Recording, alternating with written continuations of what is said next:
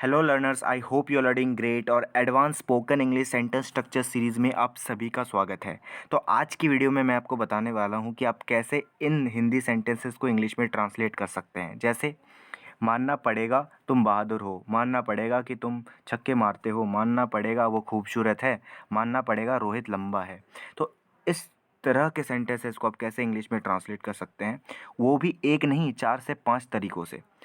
अगर आपने वीडियो पे क्लिक किया है तो वीडियो को आप लास्ट तक ज़रूर देखो, आपको बहुत सी चीज़ें सीखने को मिल सकती है। Let's start the video.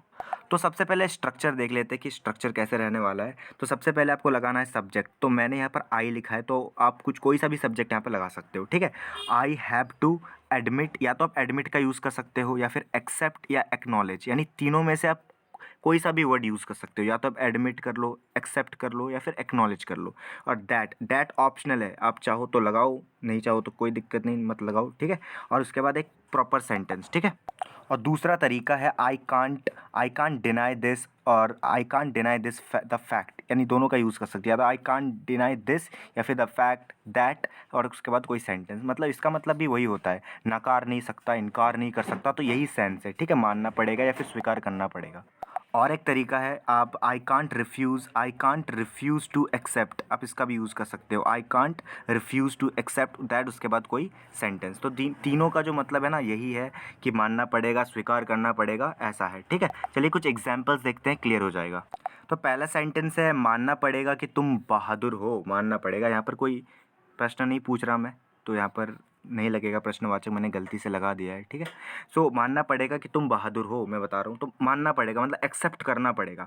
I have to admit या आई हैव टू एक्सेप्ट या फिर आई हैव टू एक्नॉलेज, आप तीनों में से कोई सा भी वर्ड यूज़ कर सकते हो। और आप चाहो तो द फैक्ट भी लगा सकते हो कि I have to admit the fact, I have to accept the fact, और I have to acknowledge the fact that you are so brave. Brave की जगह करेजियस भी कह सकते हो और फियरलेस भी कह सकते हो, ठीक है।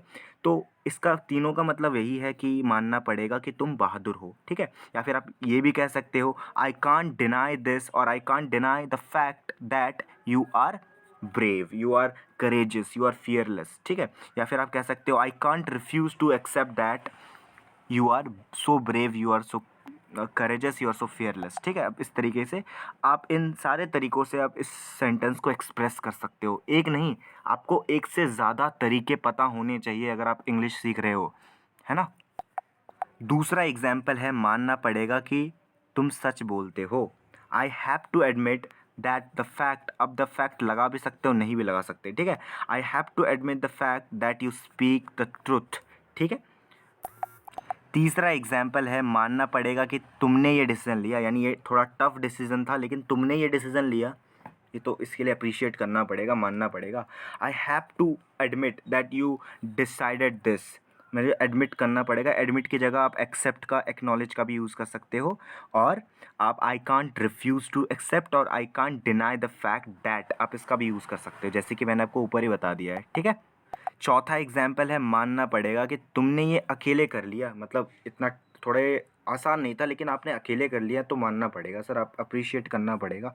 I have to admit that you did it alone या you did it by yourself, sorry यहाँ पर माई सेल्फ नहीं, यहाँ पर यू है ना, तो उसकी जगह यहाँ पर माई सेल्फ हो जाए, योर सेल्फ होना चाहिए था, योर सेल्फ, ठीक है, योर सेल्फ, ठीक है, मानना पड़ेगा।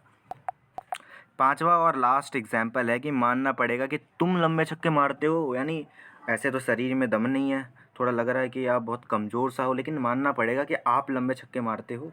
I have to admit that you hit long sixes, इसको मुझे एडमिट करना पड़ेगा। तो आप एडमिट की जगह क्या क्या कह सकते हो, आप एडमिट की जगह एक्सेप्ट का यूज़ कर सकते हो, आई हैव टू एक्सेप्ट।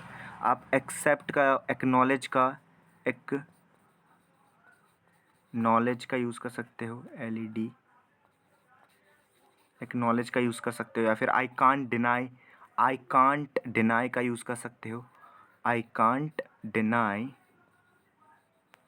और उसके बाद आप सेंटेंस बोल सकते हो। तो आपको पता होना चाहिए ज़्यादा तरीके आप एक सेंटेंस को बोलने का, ठीक है।